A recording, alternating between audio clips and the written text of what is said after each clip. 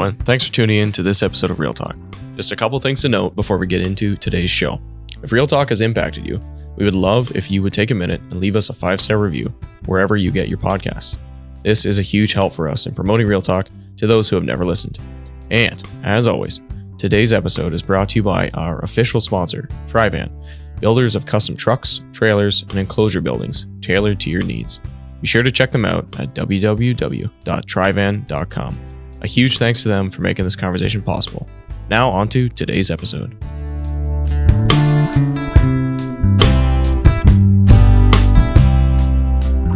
Hello, everybody. Welcome to another episode of the Real Talk podcast. It's Lucas here as your host for this episode.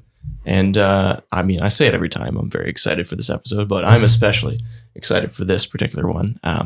We got a full studio today, 3 guests on the show, one a repeat guest. We have Ray Pennings from Cardus. Welcome to the show, Ray. Thanks for coming back. Thanks for having me. Yeah, we're excited to have you. And then across from me, I have Schutten from Janko Steel. And then, of course, I have Peter. And I don't want to mess up your last name. And I should have asked you this before we started. I'm going to go with Kranendonk. Right on. Perfect. Well, okay. I have a tricky last name, so I shouldn't, I should be the least to say anything there. And he's from the Walters Group, so another steel company as well. So the topic of today's show is gospel patronage. So the reason we have these 3 men on here, so Ray, although a social entrepreneur in his space, of course, can speak to the entrepreneurial side of growing a large and important organization in the Canadian mosaic. We also wanted to have Al and have Peter on too to speak about the opportunity that comes from success in the business realm and with the responsibility that comes with that and the good that you can do with the resources that they've been given. So we want to discuss this. It's probably not something talked about a lot because most people don't have access to these kind of resources, but they are integral to many different organizations that our community supports. So wanted to kind of peek behind the curtain today and learn a little bit from these wise men. And just as your young host over here, try to get some wisdom. So without further ado, we'll go around the table like this maybe. So Ray, do you want to just give a quick intro on yourself, who you are, where you're from, and what your kind of journey has been? Maybe touch on the social entrepreneurship side a bit. Sure. So I'm born and raised in southwestern Ontario, offspring of post-World War II Dutch immigrants. Have been a member of the Free Reformed churches my entire life. Got involved in politics, in the back rooms of politics, and then even in the front rooms of politics, running for office. And in 2000, together with my partner, Michael Van Pelt, we began an organization which got renamed in the process, but today is Cardus. And so we're a think tank that works in the public space, trying to change the public conversation based on 2,000 years of Christian social thought. We have 7 areas that we work, and we've been blessed. And today we have about 40 staff in 2 offices and 5 in the U.S. as well. Wonderful. That's very concise. I feel like you've done a few podcasts before, eh? Maybe a couple more than the gentleman across the table here, but go ahead, Al. Yeah, this is, it's Al Schutten. I'm married to Janet Oostdijk. We have 5 children. We're very blessed with 3 grandchildren.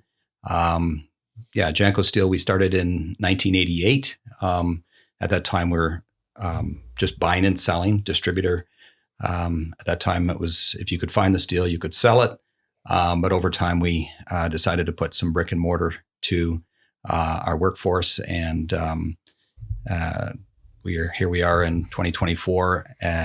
We've been blessed with 330 employees and a number of buildings and equipment, and we continue to supply finished good product to manufacturers such as Peter.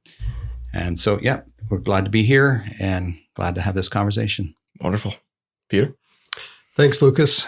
Peter Kranendonk, born and raised in the Free Reformed Church in Ancaster, Ontario, married to Patricia Brower, blessed with 8 kids, 7 boys and a girl. Got involved in the business my grandfather started. It was called Walters Welding at one time until we changed it to Walters Group in 1990. In 1988 already. So I know no other life, straight from school, a quick year in college, and dove into the family business as one of the earliest 3rd-generation members of the business. I had the privilege of going through a Christian school that my dad helped found. So that was formational for me. And a lot of my family's involved in Christian education as teachers. I'm married to a teacher. I have a couple of kids who are teachers. So very interested in the steel business, but also in Christian education and causes like that. Our business is going to celebrate 70 years in 2 years. So it was around a long time when I joined. And we do steel construction projects across Canada and northeastern U.S. and also some other areas in the U.S. Fairly large projects, airports and high-rise and such things, and steel mills. So it's a broad range and exciting to be part of it.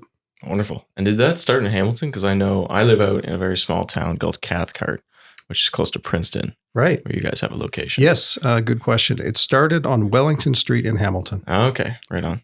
Cool. By my granddad. Yeah. Very good. Very cool. All right, right on. Well, why don't we get into some of the lessons you've learned along the way in this journey of entrepreneurship? And I guess we can go around the circle, same order again. So, Ray, if you want to give us some of the lessons you learned in terms of not building directly a business per se, but kind of in your story of social entrepreneurship, building up Cardus, and what does it take? Because you're not it's not as financially driven as a typical business, right? I think the essence, and I suspect I'd be very interested to hear Alan Peter's take on this as well, but I don't think it's any different for a business or a nonprofit organization. And that is, one, being very clearly focused on what is the good or service that you are providing to society that actually provides a broader social good. I had one of our donors early on said to me regarding his own business. I did about the first 6-7 years that we were with Cardus, it didn't really have enough money to pay the bills. So I actually earned part of my wages on the side by doing strategic planning for businesses. So I was privileged to get an inside look into several fairly large companies. Yep. And I'll never forget somebody who was on the front, a Christian who was on the front page of Time magazine as one of the 40 under 40 business people to watch. He told me, he said, profits in business are like breathing. If you don't have them, if you don't breathe, you're going to die. Yep. You're not healthy. Yep. If you think about it, you're not healthy. If you think about breathing, that's probably a sign that you're not doing well. Yeah. Breathing is something that if you're doing well and you're healthy, profits will come. Yeah. And he really emphasized the importance of the mission, the value of the goods and services that you're providing to society, and being very articulate about your own mission as a company, whether that's steel, whether you're in the service industry, whatever it is. Yeah. How is the good or service you're doing improve life as a whole? And then building good and focused systems around it, obviously using knowledge and expertise. And then the profits are a byproduct. It's a fruit. Indeed. No, that's a good way to look at it too. They don't always seem automatic though some days, but it's they need to be for it to scale. That's true in the nonprofit world as well. Yeah, Sometimes we take the nonprofit a little too literally. Yeah.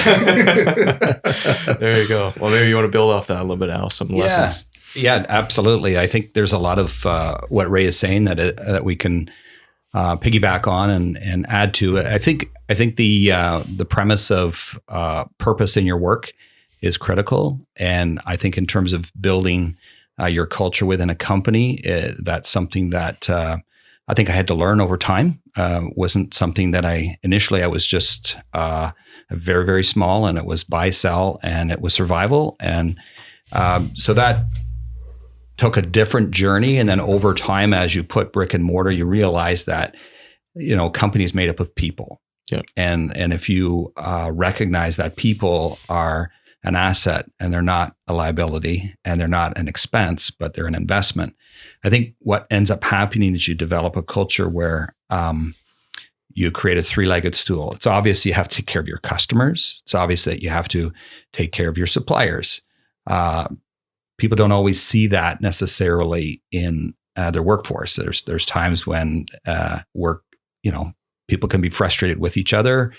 So trying to create that culture is, I think, a big part of driving success. So to that point, what Ray said about profit, it's a byproduct of living out a worldview, a Christian worldview in your business.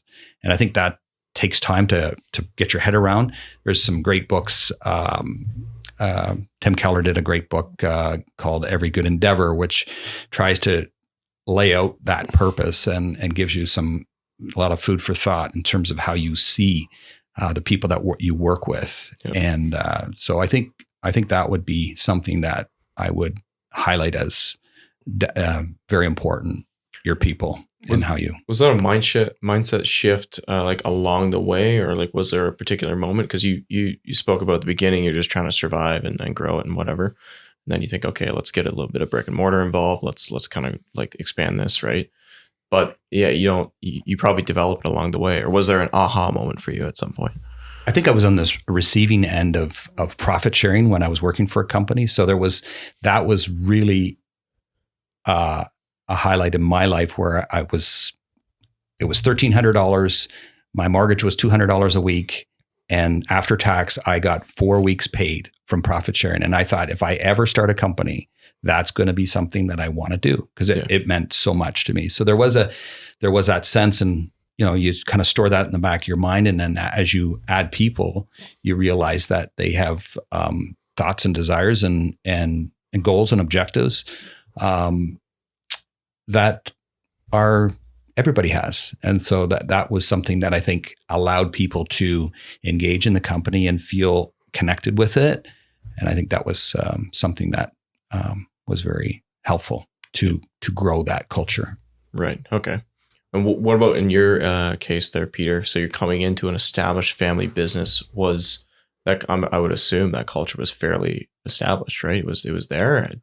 Have you thought about that process? Yeah, interesting question. If I look at how Walters was in the late 80s when I joined to today, I'd have to say the culture has matured and developed and bloomed in rather large ways. It's quite a bit different than it was. I'm not saying it was terrible before, but it was, we're not sure we even were aware of what the word culture meant. It was like, just work as hard as you possibly can, meet every deadline. Yeah. On the other hand, my grandfather was very much about treating people the way you wanted to be treated. And if you didn't make a mistake, you never did anything. So you could safely make mistakes, which is very important to a culture. No recrimination. So there was a lot of entrepreneurial opportunity in the business with the way my grandfather had put his fingerprints on the business in terms of value. And the business has grown a lot since I joined. It was, through the years, we really saw a lot of growth in a lot of different dimensions. Some of the lessons I've learned along the way, and I really echo Ray's concept of, profits and breathing, essential, but if you make it central, there's a problem. And the journey that Al described, that really resonates with me as well. People are everything to a company, and know what your vision and mission is, and then build your team, build your culture, build your people. And then in some sense, the success and the profit and the growth is a byproduct of that. I've learned along the way, though, that, wealth comes with a lot of responsibility, but it's not without cause that the Bible says the love of money is the root of all evil. There are train wrecks along the way, and I've seen lives that have gone off the rails, and you need a lot of sanctified common sense in that growth journey when it's very successful. And God's word is clear, right? 1 Corinthians 4:7, what do you have that you did not receive? Keep that always in mind as going through this journey, and stay grounded. Mm-hmm. So if being financially successful, the profits is a byproduct of that three-legged stool you referenced, right? Your customers, your suppliers. I'm blanking on the third one now. Customers, suppliers, and your employees. And your employees, of course, the most important one. Yeah. But if that's a byproduct of that three-legged stool, you've both experienced obviously large growth over the decades your companies have been operating. Was that a goal for you when you set out? Like you mentioned, again, I'll go back to your transition to get into brick and mortar, Al, and whatnot, right? Obviously, there were larger intentions there, or ambitions, right? Not every business achieves that level of success, so there had to be some level of intentionality there. No? I think our parents were immigrants, both Janet's and mine. Mine were married when they came over. So I think that entrepreneurial spirit was in both sides of the family. And I think there was a sense in which working for someone, I felt I was living 2 weeks from bankruptcy, and, we had a child plus another one on the way. And we felt that paying for the schools was going to be a difficult journey. And so there was a sense in which, okay, in order to make ends meet, we're going to do this. So I think we had the right motivation in mind. And it was also that sense, and if we can do well, we can help support the schools. And so there was something there. But I think that journey of faith, where our Christian faith is our calling card, is something that I think happens over time more and more. It's something that develops. You don't, when you're 23 years old, you don't understand. I think you're motivated more by, hey, I'm going to do this, as opposed to really having worked out what does that really look like. Yep. So I would dare say that I would have I'd be less than honest if I said I had this beautiful worldview of working my faith out in the business. But but you did learn some very significant things along the way. And that is, what we learn on Sunday has everything to do with how we should conduct ourselves. And if you want your business to do well and to develop that reputation, you need to keep your word. You need to be able to remember what you said, and let your yes be yes and your no, no. And I think there is, in that sense, and if you can't, for whatever reason, communicate that well, because things are going to happen.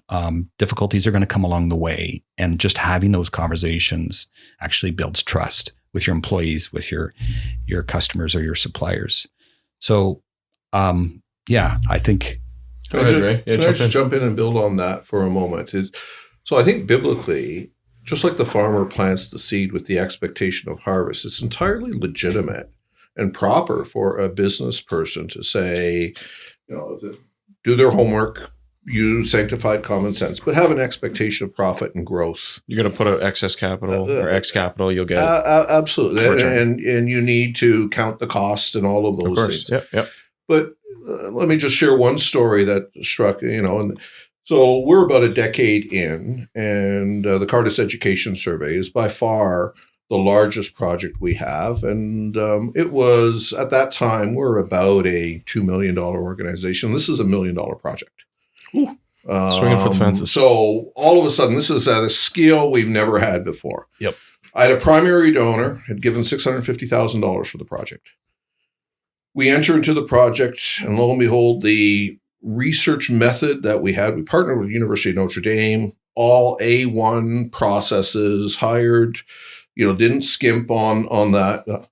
And it turns out our theory failed entirely, and the first $200,000 was blown. Whew. And I'll never forget going with Michael to the donor, having a meeting there. Now, I'm not going to pretend that I gave all the ugly mistakes why we should have, but we were very candid. Here was the theory we came to with, the document. Here's what we tried, and it's not working whatsoever. Yeah. But here's the solution. I came with a pattern forward. The irony is I walked out of there with more money than I started with. Wow. And it, for me, was a tremendous thing in terms of when Al says applying what you hear on Sunday.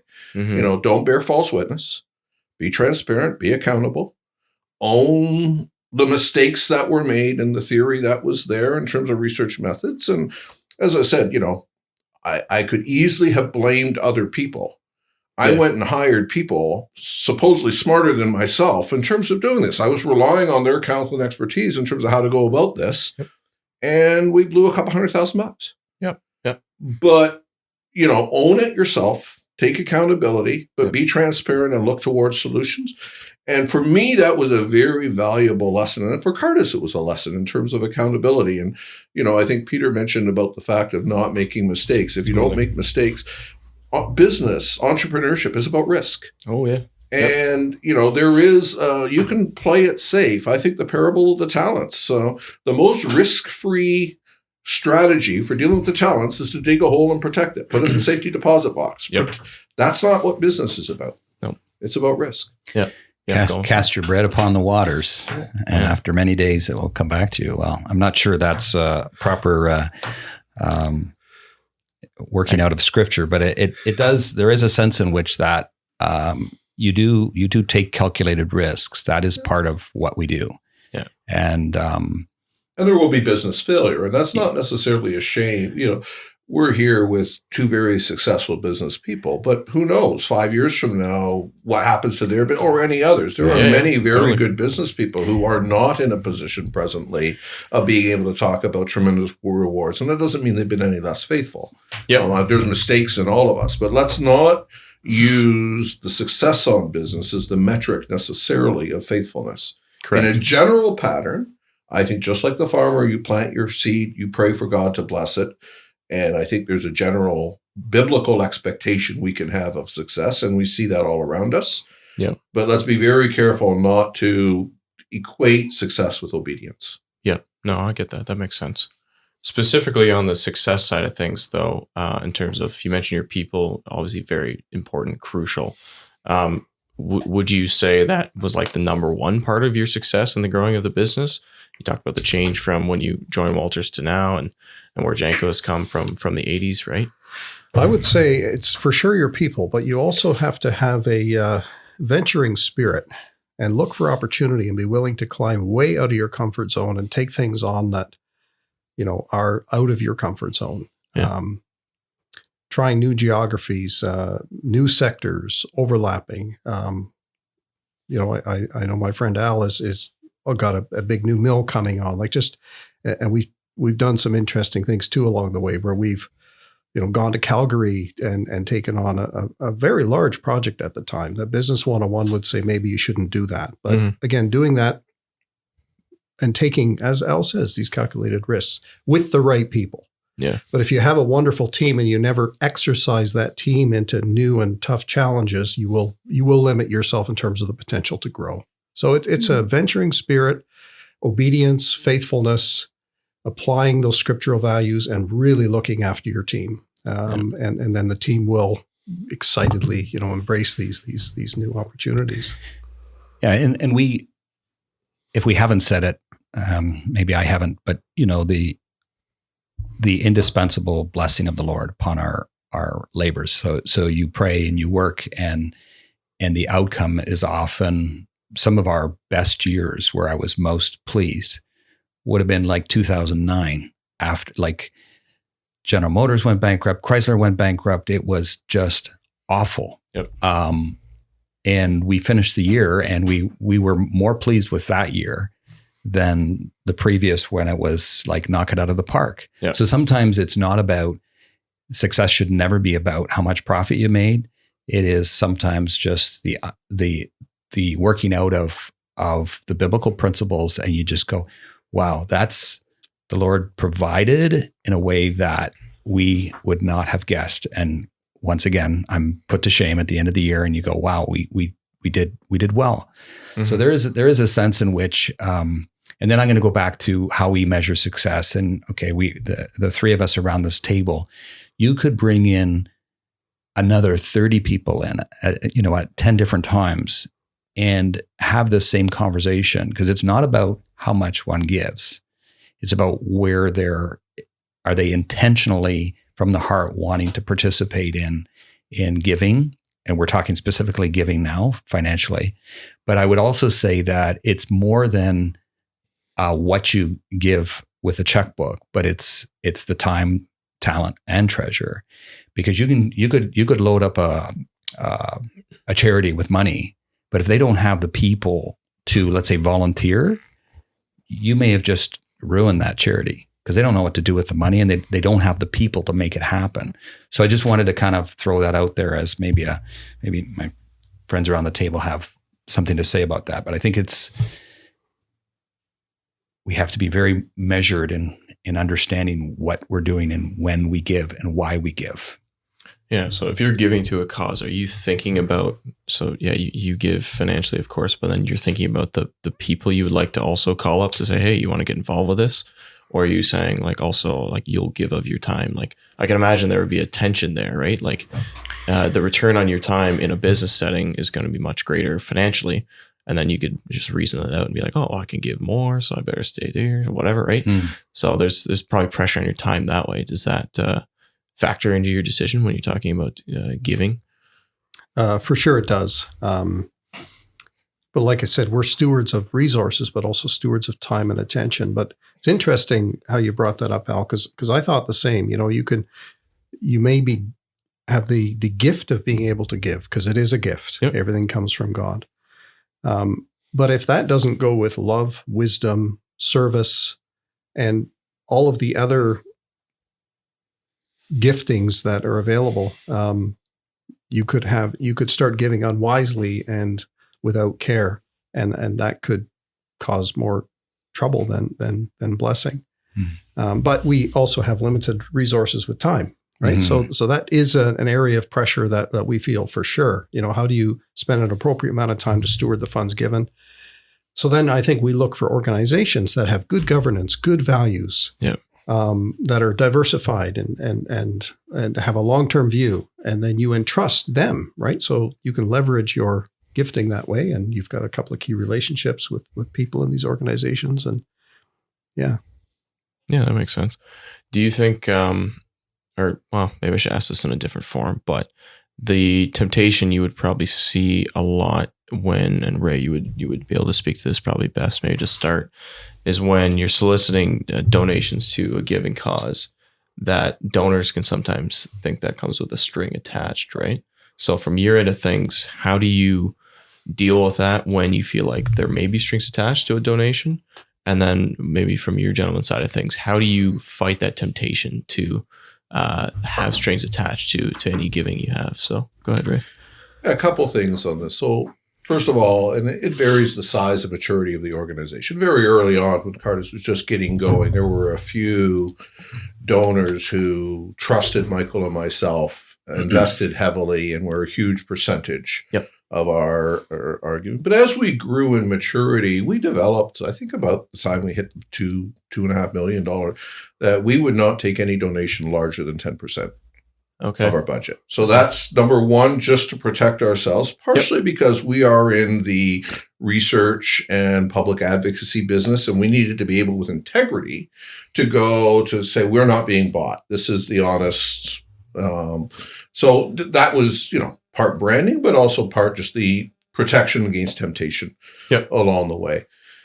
I think, Cardus is probably a little unique in the sense that we rely on the larger gifts. So we have a budget of just over $7 million. We have probably 400 donors who give us between $5,000 and $150,000. Right. That makes up 80 some odd percent of our revenues. And that's the relationships that we have.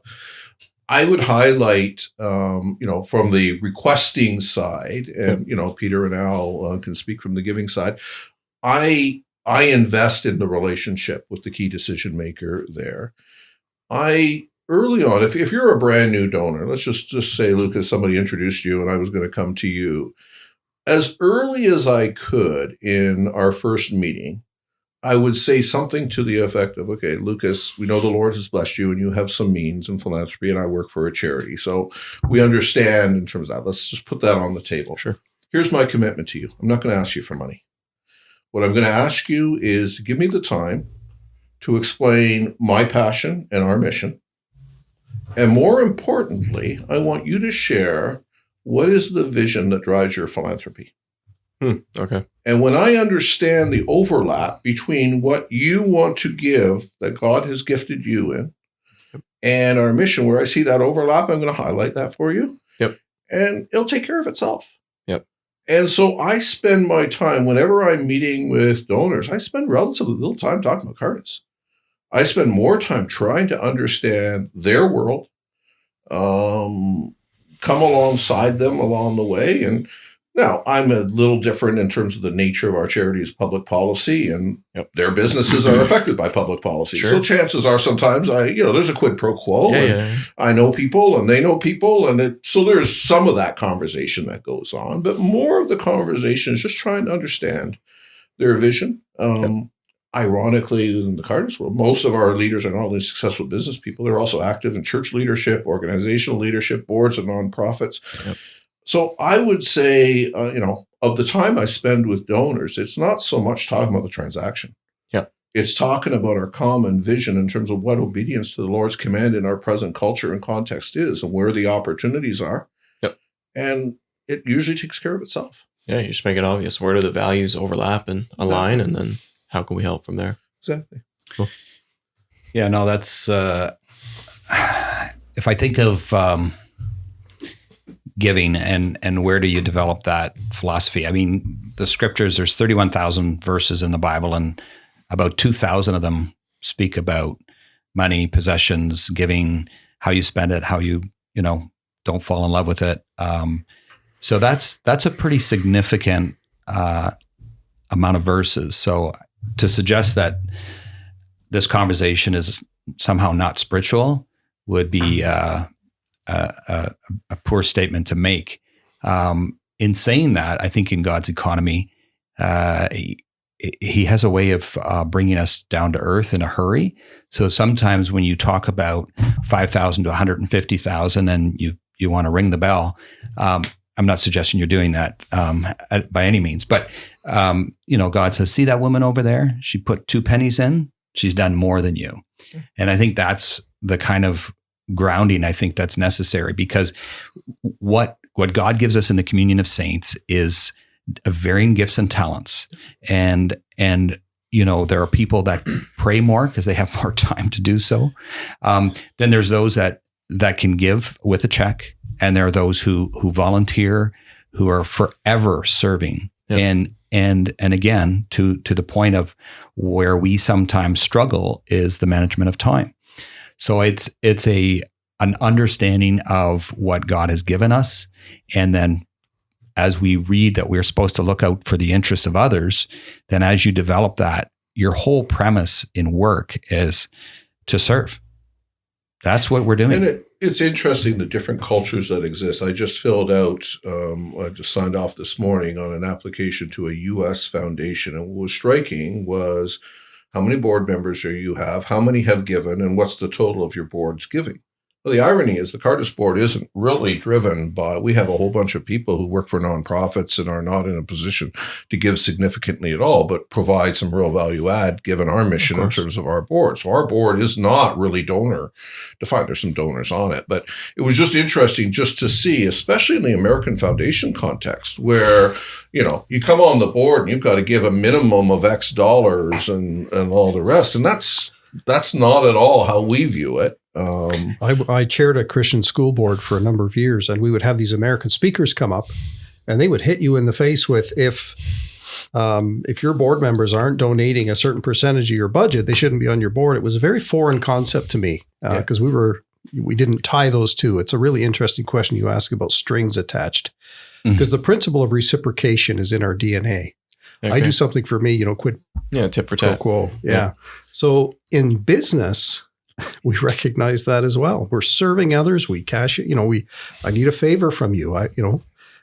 That businesses grow through relationships and people and then to use sanctified common sense in the giving world, that this is God's money for God's cause, and I'm not giving it with overt earmarking, strings attached to benefit my priorities. I believe in the organization and its mission and vision, and that it will use these stewards in a way that suits that.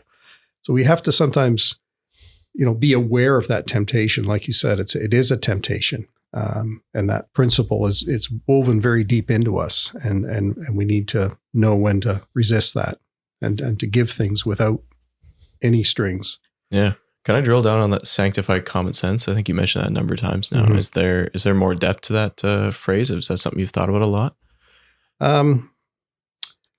Common sense is a good start. Yeah. We need a lot of common sense, and you'll hear that on this. They'll be stumping that in the elections and so on. But sanctified common sense is when we read everything through the lens of Scripture and look at what does this mean for a sinner saved by grace? What does this mean in living out this character sketch of a Christian in Matthew 5, the Beatitudes? I mean, that defines what a Christian should look like. Yep. And looking through that lens, then we take common sense and we start living coram Deo before the face of God. Yep. So I don't have a copyright on the phrase. It just comes to mind when you think about a lot of the decisioning we need to make around this. Yeah, no, that's good. It just caught my ear. I haven't heard that much before, but I want to drill down a little more on the specific things for success, right? We talk about the people and then the vision that guides the people and whatnot, but you both mentioned time management as a struggle, but obviously that's something that's probably, I would venture to guess, been key to your success over the years. You can't get very far if you're not managing your calendar very well. So I guess probably two questions. One, what's that journey been like? And then two, are there any particular like authors or resources you can recommend to people or practices even for time management? I mean, it's a bit of a big one, but go ahead. Either one. While Al is pondering, so I have to say early in my career, I have an amazing wife and she grew up in a construction household. So she understood the pressures of construction and deadlines and so on. She was just so supportive. But the time pressure was unbelievable. And the amount of hours that I put in those early years were too many in hindsight. But, I'm just thankful that my wife and family were kind and we got through them. So you can become a victim to, just too much as the business grows. The demands are just unbelievable. So learned from that as I got older. You need to delegate well. You need to hire a team and you need to be very intentional about building an org structure that starts freeing up time. It's not easy, but you need to do that hard spade work and build the team so that you can free up time. And just knowing Ray through the years, I've really seen Cardus doing that effectively. I think you've really been able to leverage bringing talent in and being able to free up the strategic time, the time to be able to work on the business instead of in the business. Yep. And it's just an area that you need to work on. Yeah, I think strangely enough, my business didn't call me away from the home as much in terms of I didn't do a lot of traveling or anything like that. So I was pretty much a 7:30 till 5:30. But to suggest that it didn't take a lot of my thought time would be, again, I think that's probably where you were working a lot longer than you thought. And Janet was also very, she took care of everything to do with the house and like everything. So that was quite not necessarily the children. We obviously raised them together, but and then I was involved in consistory in the school board, and so there was a sense that I thought I had a reasonably balanced. But as the business has grown, also had to go through that same journey of saying, okay, I can no longer do all of the buying, plus being a credit manager, plus being a CFO part-time and do 50% of the sales. That's just crazy. And so we had to go through that, building a team. And then you give it over. You give that person the responsibility. And I think that's probably where you also build a culture where you give that person the ability to make it their own. And Peter once said that's leading from behind, and I'll remember that one because it's kind of like saying, well, you're smarter in that area than I am, and I'm going to ask questions, but only to understand, not to judge or doubt their work. It's just like a little bit of accountability there. So I think that's part of what you learn along the way. You have to delegate, and that's part of building a good team. Trust is key. Similar for you at Cardus? Yeah, I would just echo. I don't have much to add, really. I think the notion of trust, I always say that if I'm asking you to paint the room, we've got the same architects' designs and everything else. You go choose the paint. Why is my judgment better than yours on those things? Understand the things where I'm good at, where it's there. The other analogy I often use, some of my direct reports are tired of this, but it often comes with a new employee. They want to double check, and so when and there's a period of time in which I want them to double check because I want the Cardus way to continue. But there is a time. I usually at some point say you need to think of, if you run out of gas, are you in a car or are you in a plane? If you're in a car and you run out of gas, you're on the side of the road and you got to walk with the jerry can down to the gas station. And if I drive by you, I'm going to give you a ride. I'm going to do that. I'm probably going to poke some fun at you and have some fun about the fact that you ran out of gas, but nothing got hurt. Yeah. What are the consequences of you being wrong? If it is just running out of gas in the car, go ahead. I've got your back. Yep. If you had a reasonable, but if the consequences of you being wrong are you're a pilot and you're flying a plane and you're going to take a whole pile of people down with you, well, now you got to double check. Yep. So whatever you have that question, and it's part of sort of cutting the apron strings when you have a new employee and they get to the point where they're capable but are afraid of taking that step. That's usually at some point where I use that analogy and say, okay, go drive the car. Yeah. I don't need to, but there are some big questions that, I would be pretty upset if you risked crashing the plane. There's trust. You can make mistakes, exactly. But don't make a fatal one. There are boundaries. And I have always found that a very helpful analogy I like that. To use with people. Good. Okay. This next question, and I'll ask it because we have it on the outline, but I can understand why it might be tricky to answer about misconceptions. But do Al or Peter, either you can take this one.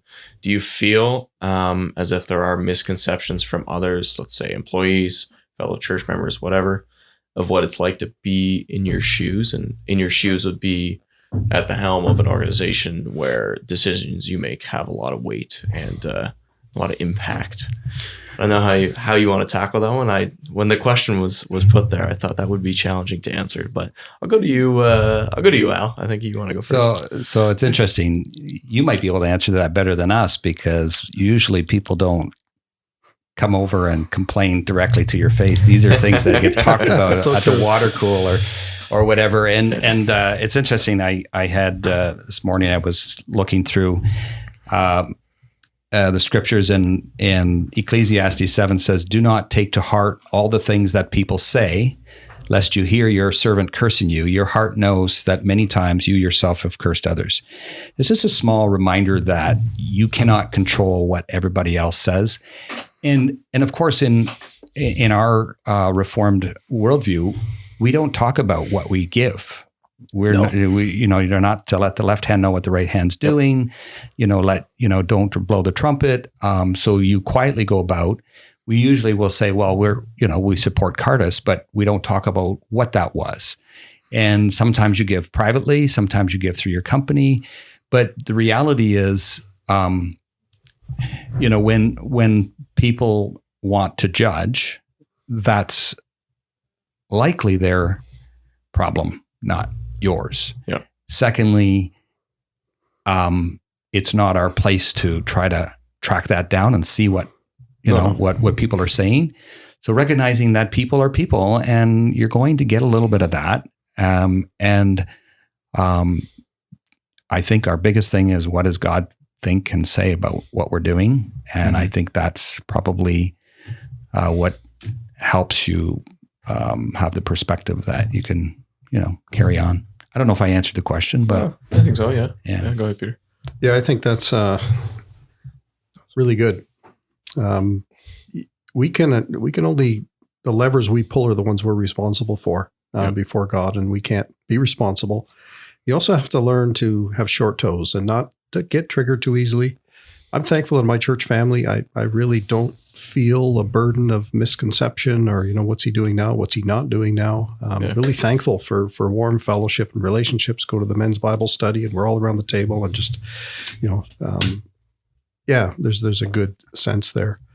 So don't spend too much time on it, but they are there. I think Mark Pennings writes about them in a guest editorial in July in Reformed Perspective, just some of the things he's experienced. So I'm sure they're there. Yeah, maybe I should tie it in a little bit. So a couple of months back, it's going back probably February, I guess, we did an episode on entrepreneurship, did like a Real Talk Live and whatever. It was kind of fun. And we had a few business guys on, and we talked about growth and what drives. We talked about success. How do you define success? How do you think about growth? And we had some similar conversations about profit and whatnot too. But I think maybe speaking, I'll speak from the outside as someone not in your position. Like, it seems to me that some folks would be of the opinion that there may be a place where you should stop and say, oh, enough is enough. I have a successful business of whatever level they determine that size to be, and that should be enough. And why do those guys want more, and why do they want to grow and whatnot? So one of the reasons I want to do this particular episode is to talk about like, no, like one, I think that's wrong.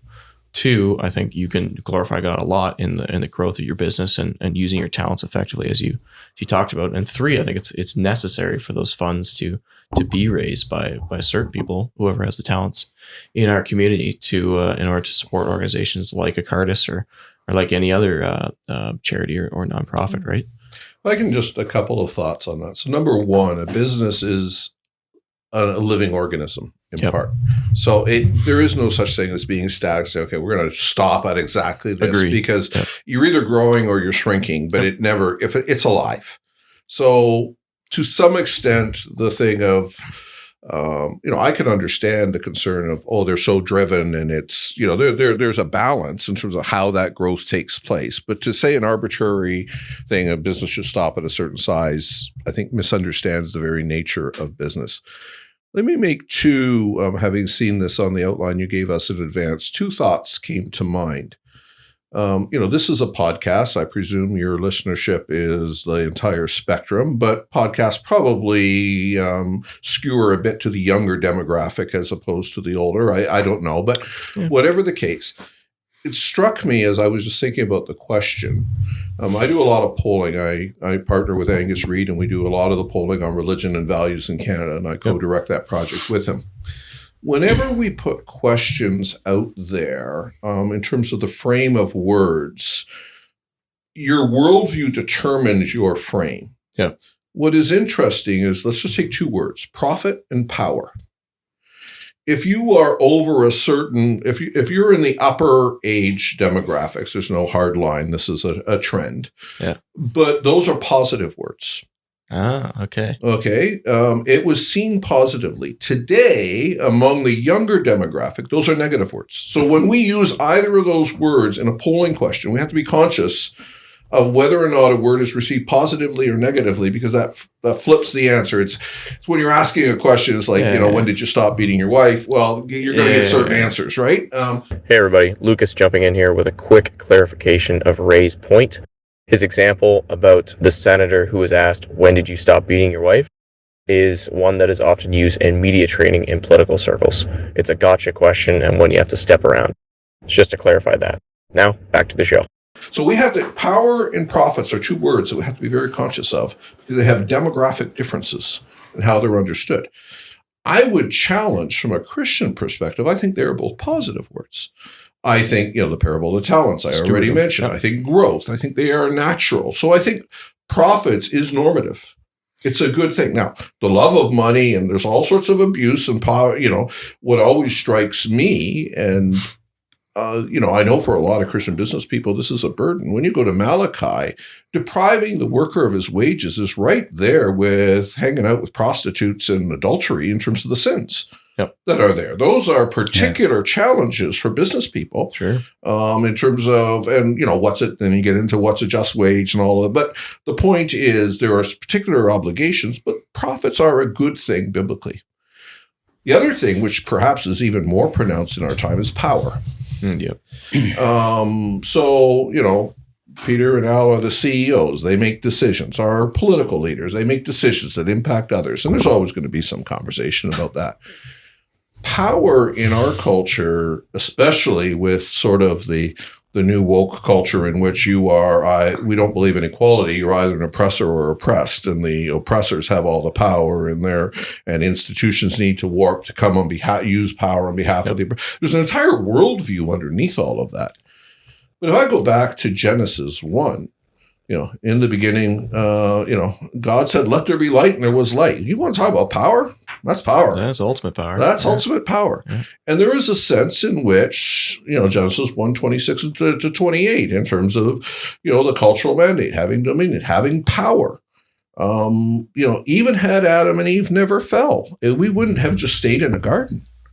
There would have been entrepreneurship in terms of moving from a garden to a city. You don't get from the garden to the city in any other way than a certain amount of building and using the resources, stewarding all that is given towards that. And that takes decisions, that takes power. Yes, the fall corrupted that, and we can, put our creation, fall, redemption, restoration lens to all of those things. But what I fear sometimes is that, without blindly celebrating business as good and everything that happens, we live in a consumerist, materialist culture, to be sure. As a matter of fact, if we're Reformed, when you think of the three countries influenced by the most influenced by the Reformation, you think of Scotland and England, in terms of the Reformation there. Sure. What do you think of when you think of economy and that? To be Scottish is to be thrifty. Yeah.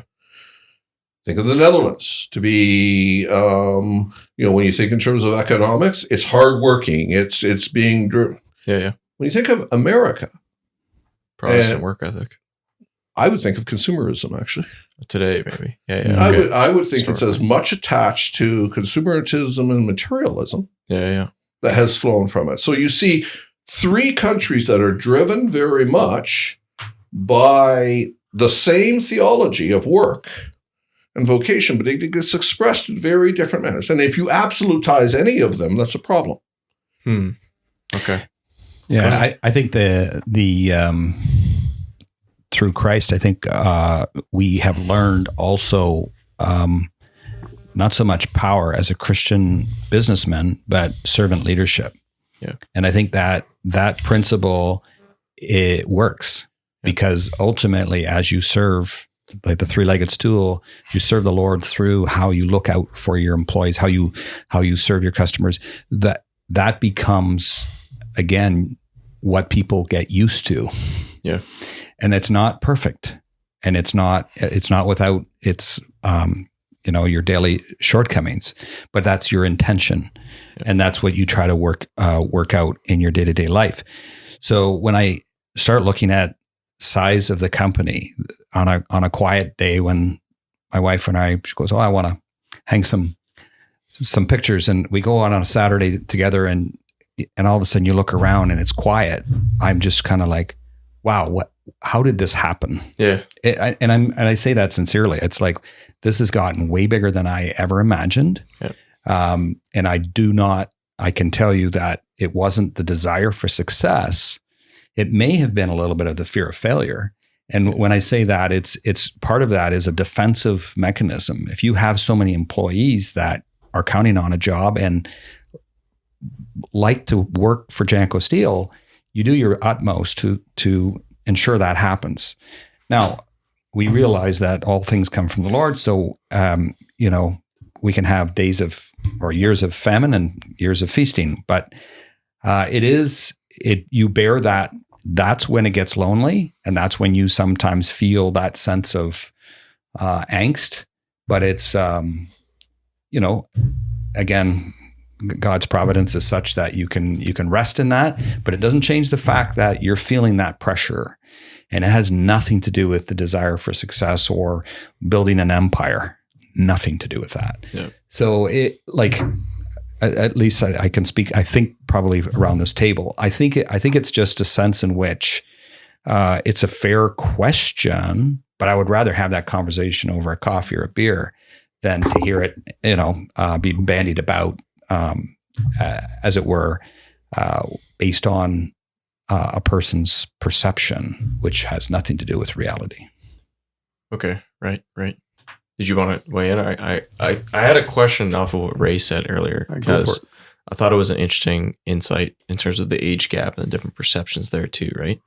Do you feel when you're giving that extra sense of pressure into maybe today's culture as compared to, and I don't know where this trend kind of cuts off or whatever, but in the last, say, compared to 10 or 20 years ago, even whatnot, because there is this view of power in such a negative light, and of profit and of money, right? The rich, there's this real Marxist undertone to a lot of the youth, let's say, today, right?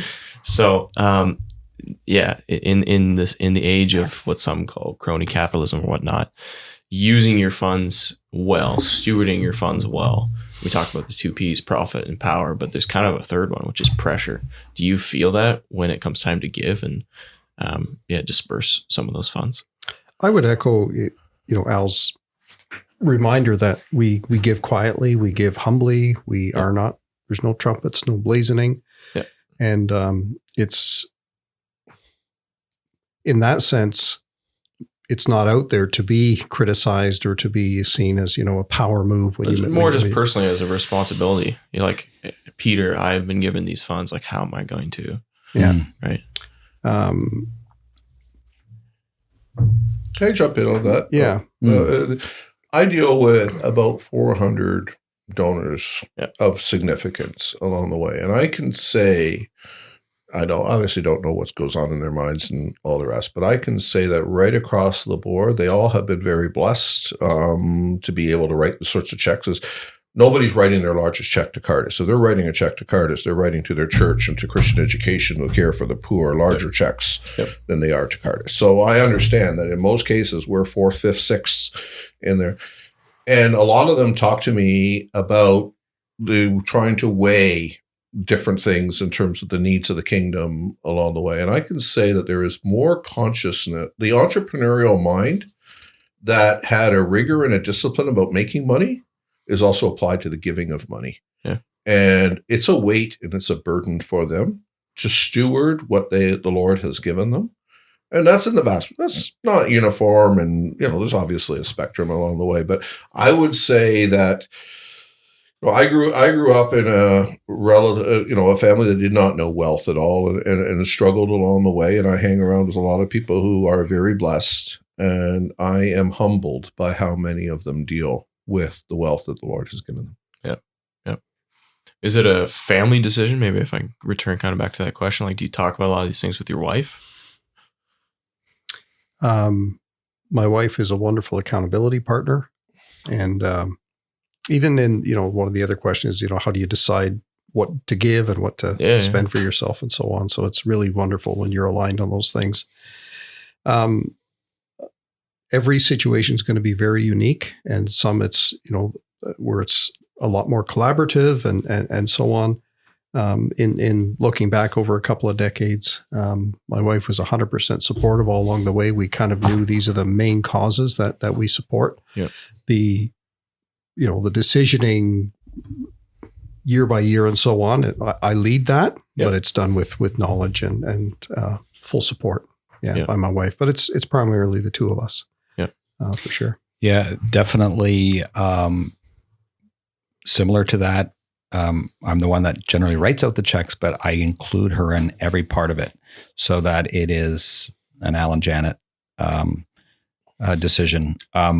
With my kids now coming of age, as it were, we share some of that information, particularly if it's through the company, because you want them to understand that there is a living out of faith that allows us to do this, and we want to do this, and the Lord loves a cheerful giver. So we want them to learn what that looks like.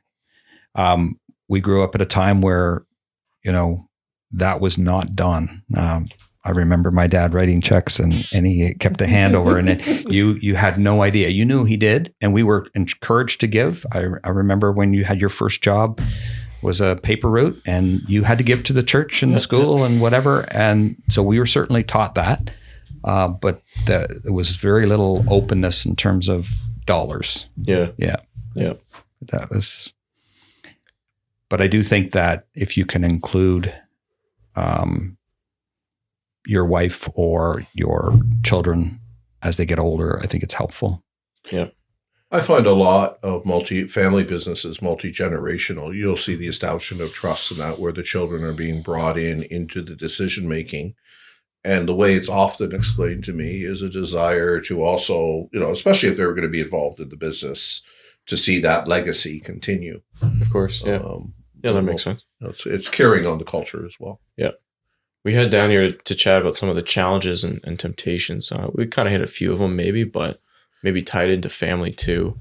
And I don't know the exact journey for both of your families on the timing of the business success and the age of your families and whatnot. But in raising your children, was that maybe a challenge or something that came up? The topic of money, discussing that with your kids. I mean, you mentioned they're getting they are of age. Of course, they're older than me, but yeah, having those kind of money discussions in the home, is that how have you dealt with that over the years, and has it been a challenge? I'm a little behind Al. My kids range from 13 to 31. So a challenge is when Trish and I got married, we had a very modest hourly wage. We had to, scrape for the mortgage payments, and, going on a Saturday afternoon to McDonald's for lunch was like, we're treating ourselves. Yeah. And that's healthy, right? To have that. And then when you're blessed with success, how do you have that same healthy respect for resources in the next generations, right? You can't recreate your own youth for them because they're living in today's reality. But how do you give that sense of humility and giving and avoiding entitlement? Because that's a great temptation, not only for the successful one, but especially for the next generation. Yep. So, those are things that you really try to be thoughtful about. And you need to take in the moment. You need to just sit down and say, let's talk about this. What's an appropriate way to think about this? Or so very vigilant to that. But transparency is good. And so I'm getting to the point where, like, I still own all the shares in the business with my partners today. Yep. As we start transitioning to share ownership, going to the next generation, there's a whole bunch that will go around giving philosophy and all of that, trying to transfer that as best as we can as well. Yep. Yeah. And I think that's, the whole teaching of need versus want. I remember one of my kids, when he was 11 or 12, picking cherries, and he wanted a new set of shoes. And I said, so how many baskets of cherries would you need? He never bought the shoes, and he didn't ask us for the shoes. It was there. So along the way, I think you make the point. But the reality is, if they to what Peter was just saying, kids are kids, and they will be living together in community, and so some things have become obvious, and so they probably have had to live some of that we might not be aware of as parents. Yeah. But yeah, you are part of a communion of saints. You're if you're an elder, or if you're a deacon, or if you're a men's society, or like you're not in that position because of your wealth. You're in something very unique, which is all the barriers have been removed through the blood of Jesus Christ. Yep. And therein lies our identity. Yep. And so I think if it's just about how much money you make, then join the social club, down the road. Club. Right. Yeah. Right. There's that sense in which there's a complete difference. But then you also have to be aware of people's difficulties. So I think we have to, if we look at something like Harvest, and Yep. people have to get their checkbook out when there's capital expenditures, and there is an expectation for those who have been given much, those who sow sparingly weep sparingly, and we need to recognize that when those things are on the radar, you better start planning. So you have to create that margin so that if you know that this is coming, start planning. I think that's maybe a little bit where you're driving at, where when you start talking about, okay, what is the expectation of those? And I think it should be very clear that if we are going to build the next generation, we need their engagement on the time, talent, and treasure. But those who have, dare I say, the profit and the power, get your checkbook out, because there is a need there. Yeah. But to do that long term takes a lot of planning and involving the next generation. Can I just speak? I'm an elder in our church. St. George Free Reformed Church is probably no different than the vast majority of Canadian United or Free Reformed churches in southwestern Ontario. What strikes me is I just take a look at March break. and the number of people who are going south and the relative empty church that's there because on that 1 week everybody is there and the school's having to adjust the calendars and everything else. If we take a look at where our churches collectively are, it isn't just those businesses that are profile and, the individual shareholders within those businesses that have wealth. Our entire community, the average income in our community is one of wealth. And everything we're talking about here doesn't belong to those few people who happen to be comparatively wealthy compared to the rest. Those same principles apply to greater or lesser degrees to all of us, including those of us who earn a professional wage. But the average professional wage in our community isn't necessarily something that has us only going to McDonald's on Saturdays. That's true. Now, people, overall doing well. Although, there's definitely financial pressures today for there are real a lot of young challenges people to be coming sure, up. and that I wonder whether or not that becomes more of the challenge. The family that can't do that, the child who looks at, 22 kids in their classroom and 14 go to Florida. What about the 8 whose family is actually struggling along the way, and how are they dealt with? I think those are bigger pressures in our community than we often give credit to. I think so. The divide may grow. That's probably a concern. Yeah, what to do with that problem? That's a whole other podcast. Yeah, that's we'll bring on some other smart people. Yeah, I'll listen. We need some experts. Yeah. When you raise money for reducing tuition, you apply it in a 2-tier way. That's what you do. Oh yeah. Okay. Oh, absolutely. Yeah. Like I don't need to make a donation, or Peter doesn't need to make a donation to have my kids or grandkids, of course, have a reduced. Yep. But perhaps it would go really well if it went $300 off somebody else. Yeah. And if we don't get our head around that, and I think that's the principle that Harvest is putting forth, but I digress. Yeah. But I do think that is something that we definitely need to change in our system if you want to deal with some of those things, because it's very expensive to send kids to a Christian school. It also starts within our own businesses and all the rest. And, I'll just speak. We were dealing with 7% inflation over the last couple of years and everything else. Well, we run a charity. I can't afford to give a 7%. But, we did that 2 principle thing. Everybody, we basically took 7% of the budget, gave everybody a flat amount, and then started at the lower end of our pay scale and worked our way up so that those in the bottom third of the pay scale probably got 7%. Yeah. But those in the upper 2/3 it graded out, and those near the top got nothing. That's part of bearing each other's burden, even in a work community, and that expresses itself differently. But I think that's the principle that you have in terms of giving. But it starts within our own workplaces and our own work communities. Yep. Okay, that kind of relates to my next question, which is how to make the decisions around what to give and maybe like percentages to give. Like traditionally, just whatever, growing up, you hear the number 10%, you give 10% to the church, to the Lord and whatnot. But you reach a certain income level, I'm sure, and then that becomes a large amount of money. And then how do you make the decisions around, okay, what do I actually need? What's fine for me to keep for myself, so to speak? Mm-hmm. And how should I allocate the rest of these funds? That's probably a bit of a burden to bear, I'm sure, as Ray kind of mentioned, but what are some of the principles you use to make decisions around that? Go to Al. Well, if there's a need, you have to seek to meet it. Yeah. I think that's there's a number of charities that are supported. Obviously there's church, there's schools, there's the poor, and there's the community. And then there's your brothers and sisters in the pews. So you don't always get to know every situation, but I think there's a sense in which you create a margin of time.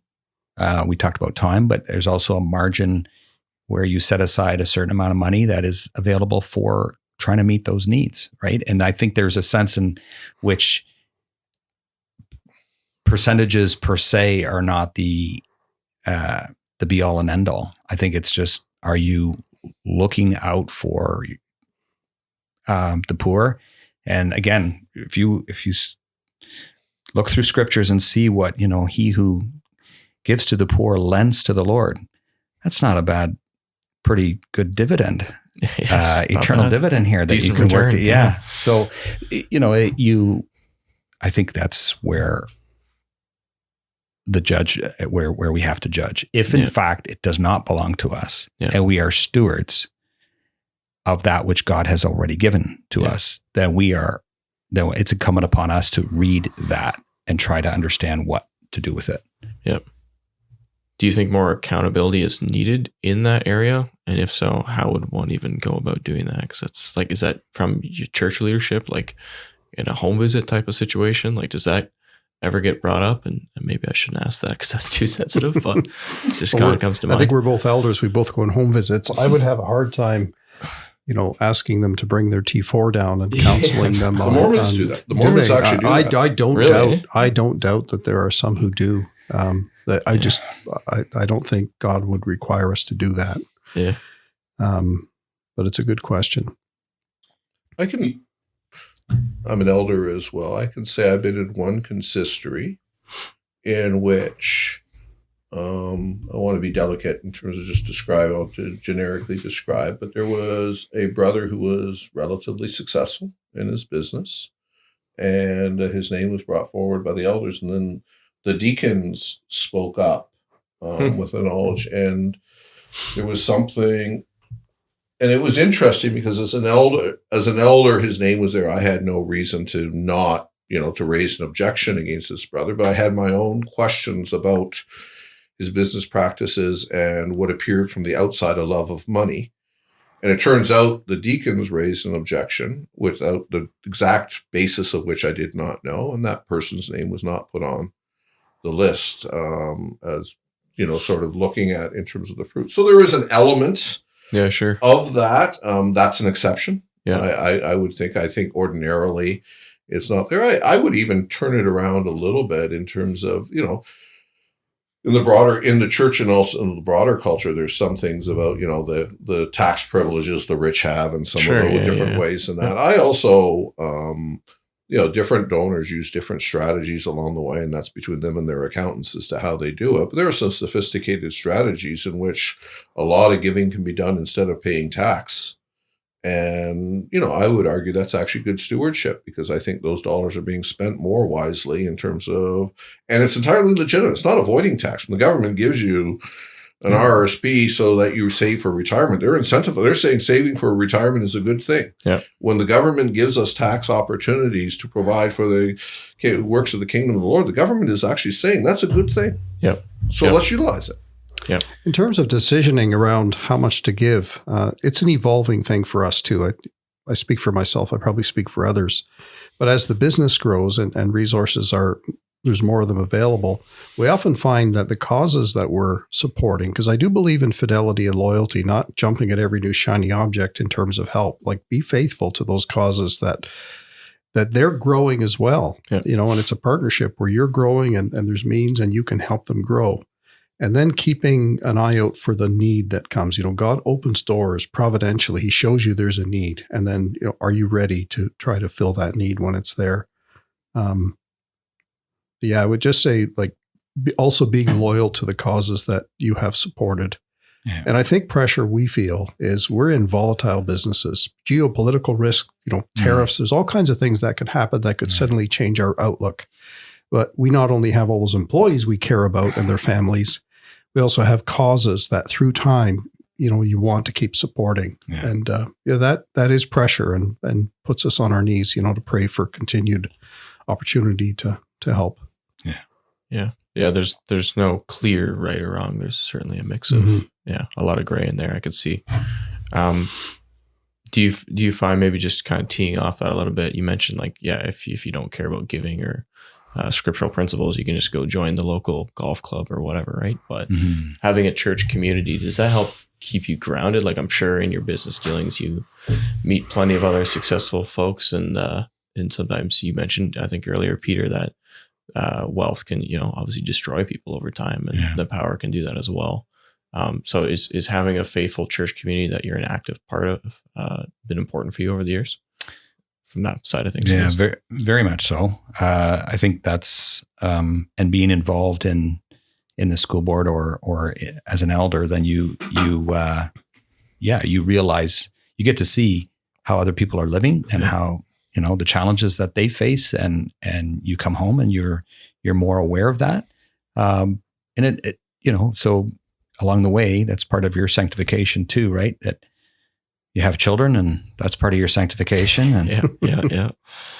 And too much laughter. You're right. Well, we don't call them a blessing for nothing, but but it is. Yeah, I think there's a sense in which, we are. I'll let you take. Go ahead. We get tugs. I'm sure you feel it, Al. I feel it. We get tugged to join those clubs. There's always like, come on, and you want your bit, and there's temptations that the business will grow more. Yeah, and you need to. I'm going to use the word again. Use sanctified common sense when you're considering those opportunities and invitations. Is this really the right thing to do? Will associating with these people provide the right balance of wisdom for the business and avoiding the temptation of, all the bling that can go along with that. So I think we need to be careful, and our church families are incredibly important to keep us grounded, and for sure. The other very practical, we all have 168 hours a week. Yep. The reality is that most Christian business people are also in leadership in church or school board or whatever Christian organizations. I was struck. I was talking to Michael Van Pelt, my colleague, some years back about a particular political person that we had gotten to know early on. And she was absolutely incredible about remembering your birthday, your anniversary, and this person had some rank in the Canadian political system. All of you would recognize her name. She called me every event. Like, she had like 6 dates in the calendar, and she never forgot. Wow. And same with Michael. And one time we were talking about this person, and we said, like, how in the world does she find time? Like, just the system to remember. Because she was calling me. She was calling 300 other people. Like, I wasn't that important on her list. Yeah. And it struck. And we ended up saying, you know what? This is her church. The political world was all that she knew. So she didn't have fellowship on Sunday after the service and talking to the 7 people that I spoke to yesterday. She didn't have, this was her total community and absorption. So I think there is something just by being a faithful member of a church, and then the added challenges of leadership and, a consistory meeting and doing your home visits over the course of the year and everything else. If you're in leadership, that's a night a week at least. Yeah. That's there. That has to be devoted. And, that forces you to put priorities differently. Yeah, I would agree. Yeah. That's definitely what happens as you get in as an elder, and then next thing you know, you have to cut this out, that out, and then you have to delegate. Yeah. So now you delegate it to somebody else to do because you don't have the time. Yeah. So it actually helps you. The one serves the other, and so I think that's very much your faith directs you in a lot of different ways. Yeah. Yeah. The more you give, the more you're given, type of thing, right? Yeah. Yeah. Do you have any concerns with how Christians and nonprofits interact? And we could start with Ray maybe on this one. When they come seeking financial support. Obviously, when Ray comes around, there's no issues. But in general, I'm sure you speak to being poked and prodded, and I'm sure you get asked all the time. So, what are those kind of conversations like, and how do you handle that with some grace and some aplomb to deal with these kind of requests? Do you want me to take a stab at that one? Sure. Yeah. So it's interesting when you get there's an earthquake in Indonesia, and you get calls from 3 different organizations for the same thing, then you know that there is some sense of overlap. But you do, you always challenge whoever you're working with. You want to know, is the money that's being given, what's the percentage of do they use it for their own administration? We'd like to know that that it gets to where it needs to be, all those things. So there is a sense in which we follow the money. That's part of what we do in our work. And we're certainly going to ask some pretty pointed questions. And then obviously ideology. What is their philosophical underpinnings or their religious underpinnings? Does it align with what I believe? And I think I have to be responsible for that. So I do think that those are honest questions. I would say that I probably have what frustrates me a little bit is that there's too much time knocking on your door, wanting to. Sorry, Ray, I'm going to step on your toes a little bit. Not necessarily you, but the overall. They want your time, and they want to have a couple of hours to tell you what they're all doing and all that stuff. And Janet would say, "Do they do that for the widow who gives $10?" And I'll say, "Well, I'll have to ask them." But the reality is, time and attention is given because you've given a bigger amount, Of course. and can be frustrating because it's not really, look, we've made a decision. We've already made this decision that we are supportive of this organization. We will continue to do so. We don't need all the stuff that goes with it.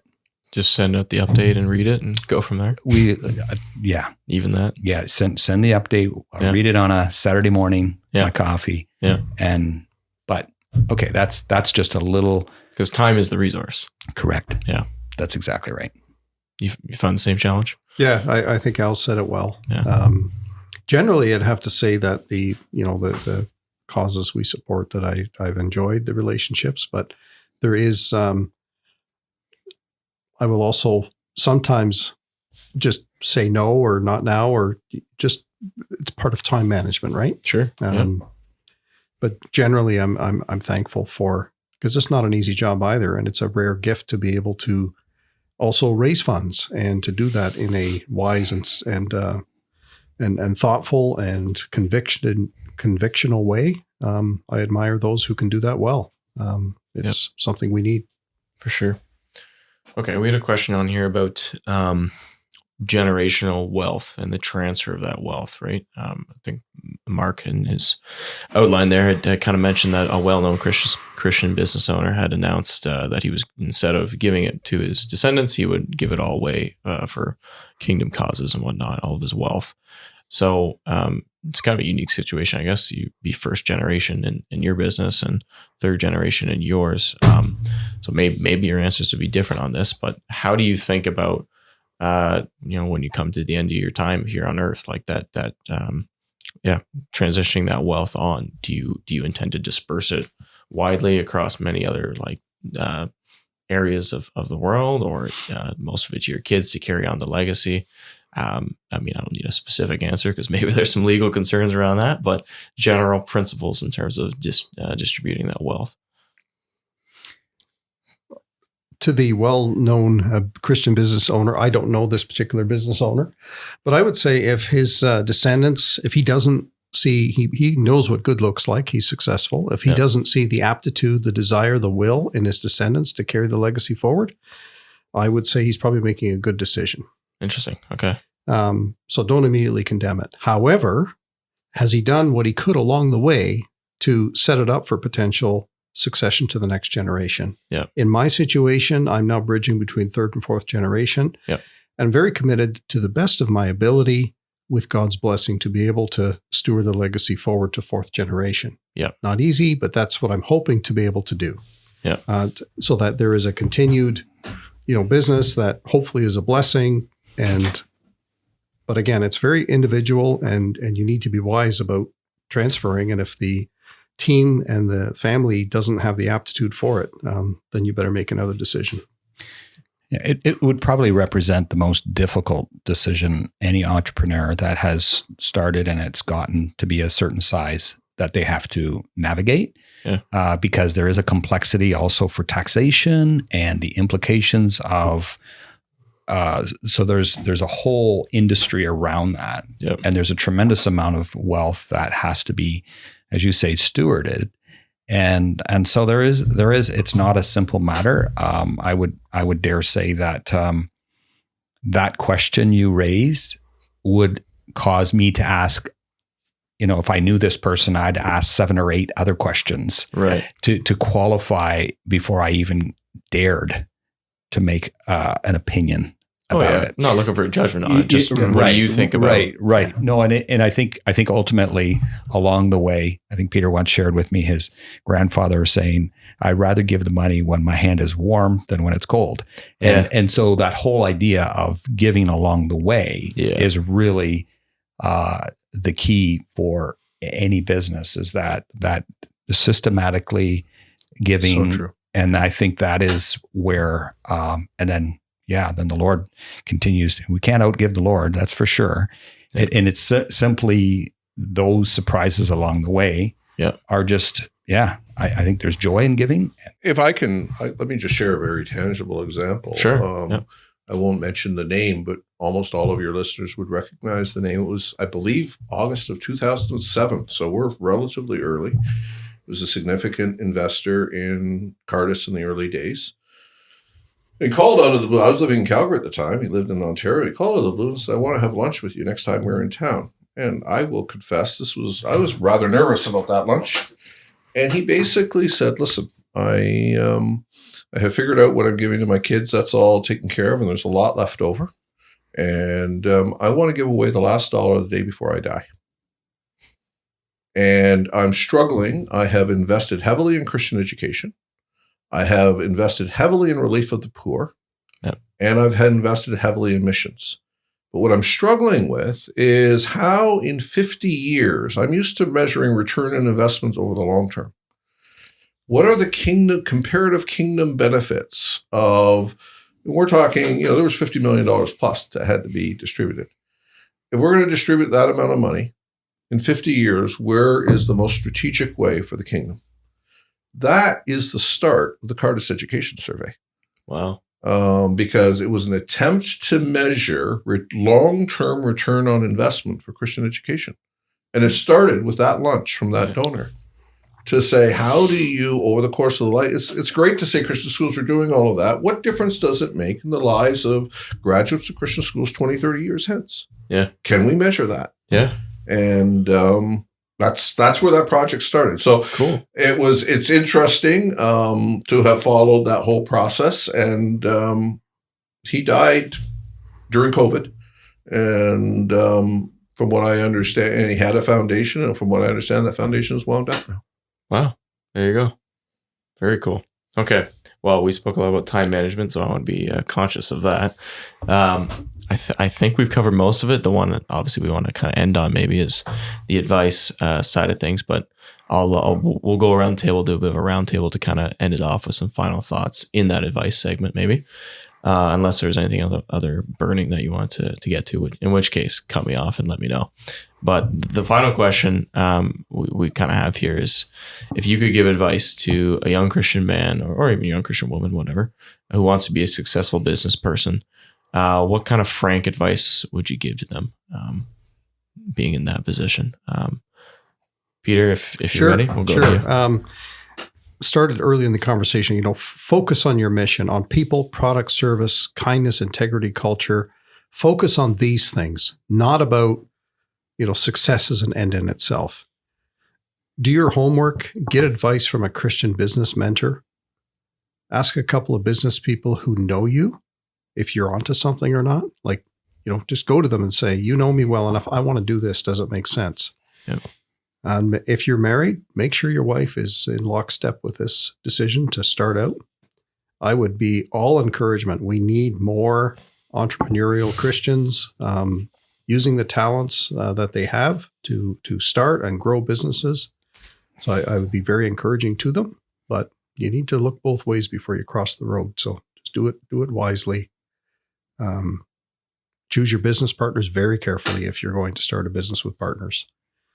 Be as careful about that almost as, finding your life partner. It's a marriage. It's really, really important. Yeah. Just a few thoughts that jump in my mind. I do believe that people have to, their Christianity has to be their calling card. So there are things that may seem obvious when I say let your yes be yes and your no, no.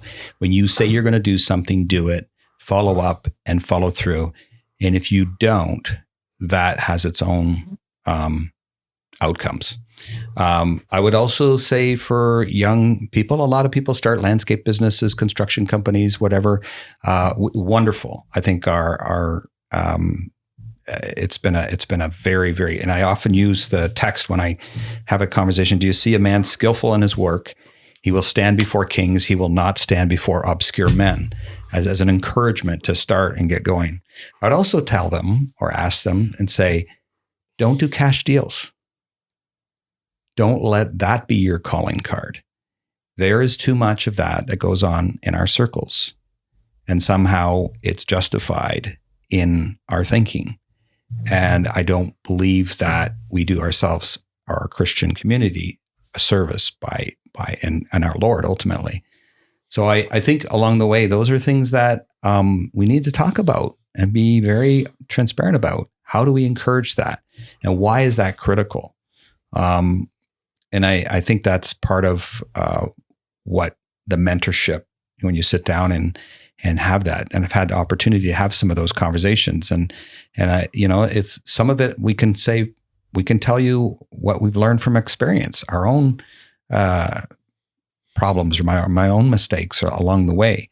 When you're the founder, you can make mistakes and cover them up, but the reality is, in your heart, that there's things that you can teach others and help others.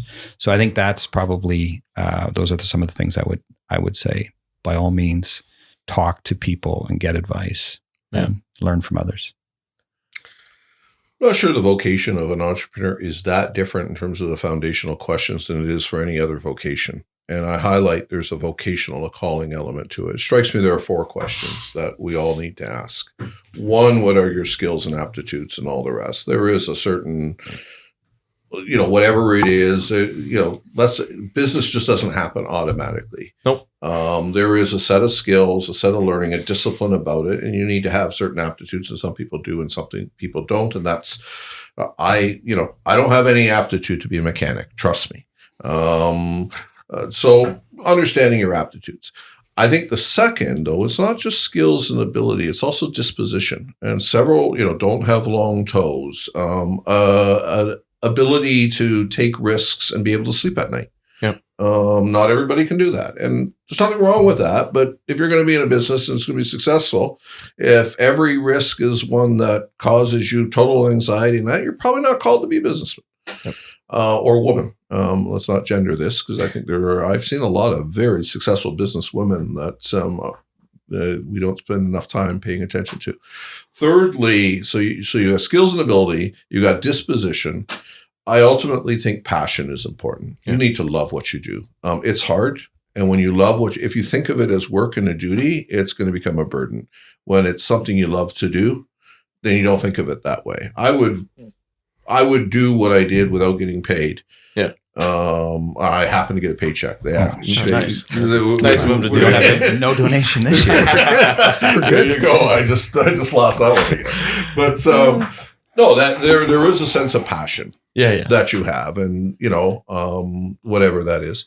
And then finally, the opening and closing of doors of providence. Let's not close our mind to the fact that God works in terms of creating opportunities and all the rest, and listening to that as part of his general revelation. And that obviously all these things need to be balanced and everything else. But I think, to me, those are 4 questions when young people come to me with vocation, regardless of where it is. Those are the 4 that I ask them. Sometimes, in our high schools and that, we do the skills assessment and you come out with personality types and, here are the 4 recommended. And there's value to all of that. But I think sometimes we focus just a little too much on the skills and ability without the disposition and without the passion part. Yeah. And then opening and closing of doors, God's providence. My career, I went to university with very different career aspirations and minds, and doors opened and closed such that I just could not deny I was asked to do things and seemed like the hand of the Lord. So, okay, I'll do this right now. In 2 years, I'll go back to my original plan. Yeah. And I'm 40 years, close to 40 years in now. And I'm still, in 2 years, I'm going to go back I'm going to go back to my original plan somewhere. Yeah. So one verse that I think encapsulates that is, for we are his workmanship, created in Christ Jesus for good works, which God prepared beforehand that we should walk in them. And I think that's, that providence, but also that he gives us these things, prompts us. So as we find purpose in our work, this is something that we are following in the footsteps of the Creator God. And there's purpose in what we do. And there's something very good about work. And it's part of worship. What's beautiful there is we are his workmanship. He's though the original of that is craftsman.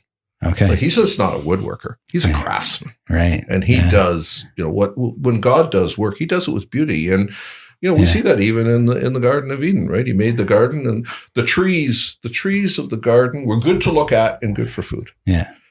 Sometimes, I think that, the reformed guys in the lumber business counted how many 2x4s there or how many fruits came from the trees. But no. It was good to look at. It was beautiful. Yeah. And good for food. There you go. Yeah. We feel like we've said our piece. It's been fun. Very nice. It's been great. Thank you. Thank you so much. Thank you all for your time. Really appreciate it. Thank you to the listeners for sticking around to this point in the show. And if you have any questions or comments, please send them in as always. And until next time, keep having real talk.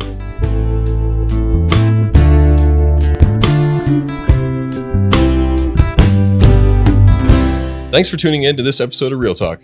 In partnership with Reformed Perspective, this show is created and produced by Tyler Vanderwood, Lucas Holtfleur, and Mariah Tamiga. We really appreciate you taking the time to listen or watch the show. If you have any feedback for us or ideas for future guests or topics, please let us know. You can reach us at reformedrealtalk@gmail.com. Be sure to also follow us on social media. You can search Reformed Real Talk on any of the platforms. We should come right up. Also, leave us a review, preferably a 5-star one, on any of the podcast platforms. That would be greatly appreciated. That's all for now, folks. Keep having real talk.